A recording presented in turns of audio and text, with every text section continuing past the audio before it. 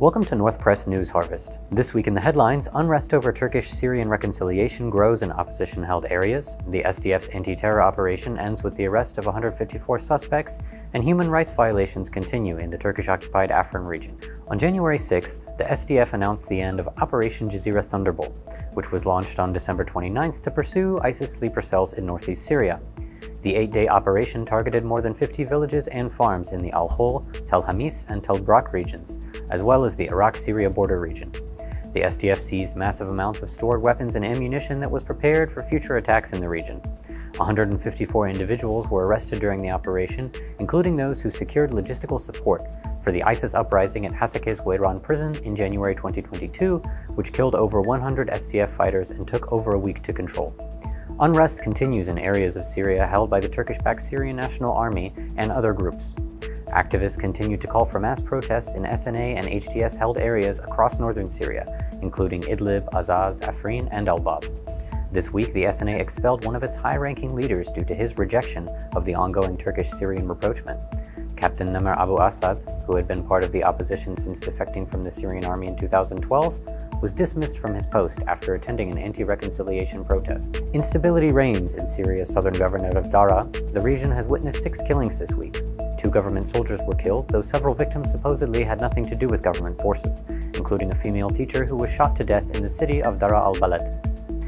The security situation grows worse by the day, with 1 or 2 killings per day becoming commonplace. Human rights violations and chaos are ongoing in Afrin, as on January 4th, the Turkish-backed SNA arrested 2 individuals in the Mabatli region on charges of collaborating with the Autonomous Administration of North and East Syria.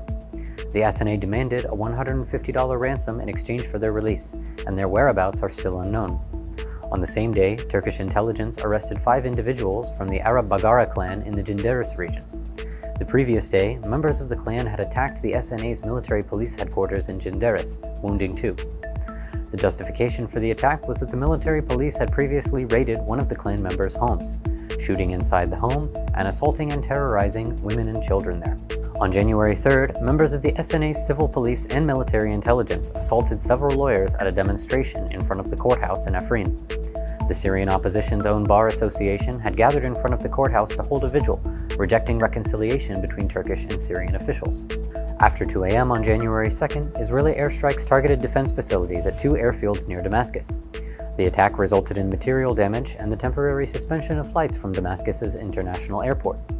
At the time, the Syrian government's official news agency Sana announced the deaths of 2 soldiers, though later the Russian Reconciliation Center for Syria announced that the strikes had killed 6 government soldiers and wounded 3 more. Hayat Tahrir al-Sham, formerly known as Al-Nusra Front in Syria, held a closed meeting with Turkish intelligence at the Bab al-Hawa border crossing between Syria and Turkey.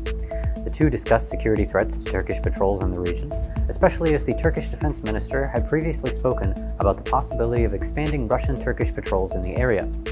At a similar meeting at the same crossing 2 months ago, HTS handed over a list of foreigners present in Idlib who were not affiliated with HTS to Turkish intelligence.